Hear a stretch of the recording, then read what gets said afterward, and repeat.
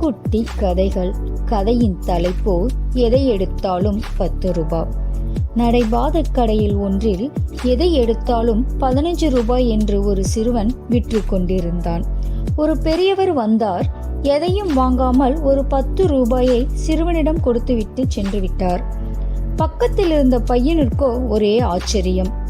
10 ரூபாய் கொடுத்துட்டு எதையுமே வாங்காம போகுது அந்த பெருசு, என்னடா விஷயம் என்றான். கடைக்கார பையனோ, அதுவா, இந்த சின்ன வயசுல வியாபாரம் பண்ண வந்துட்டியே, படிக்க வேண்டாமான்னு ஒரு தடவை கேட்டாரு. படிச்சுக்கிட்டே தான் இதையும் பார்க்குறேன்னு சொன்னேன். அப்படியாப்பா, உன்னை நினைச்சா எனக்கு ரொம்ப பெருமையா இருக்கு, இந்தா 10 ரூபா வச்சுக்குன்னு கொடுத்துட்டு எதுவும் வாங்காம போயிட்டாரு. அதுல இருந்து இந்த பக்கமா வந்தா 10 ரூபா கொடுத்துட்டு எந்த பொருளும் வாங்காம போயிடுவாரு என்றான் அந்த சிறுவன். அட அப்படியா, ரொம்ப நல்ல மனுஷனா இருப்பாரு போல என்றான் நண்பன். என்னத்த நல்ல மனுஷன் என்றான் கடைக்கார பையன். ஏண்டா அழுத்துக்கிற என்றான் நண்பன்.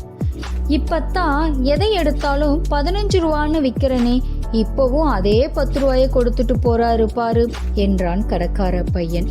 சிலருக்கு நீங்கள் என்னதான் உதவி செய்தாலும் அது இப்படித்தான், பலன் இல்லாமல் போயிடும்.